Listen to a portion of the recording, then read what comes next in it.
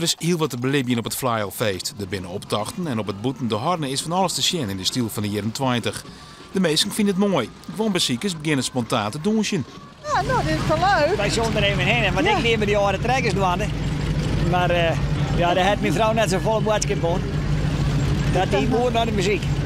Hartstikke leuk. Ja. Het is ongewoon en als je wij worden aardig hoort, dat je met een heleboel dingen, die hebben wij als band, van band al mooi maken. En dan komt dat toch weer even boven. Vanwege het ongeluk van hier, maar de Hinderen Wijn had de organisatie wat zaken ongepast. Ja, dat was een heel raar ongevaltje en we hebben hier de Friese aanspanning die is vregen om de hoofdstellen op het inspanterrein op het begin van de optocht te controleren op breuken en dat soort dingen. En de hoofdstellen, de manen binnen invlechten in het hoofdstel. Dus dat is dus dit hier gebeurd. Dus zo'n ongeluk als vaak hier dat een hoofdstel losrekken, dat kan het wel.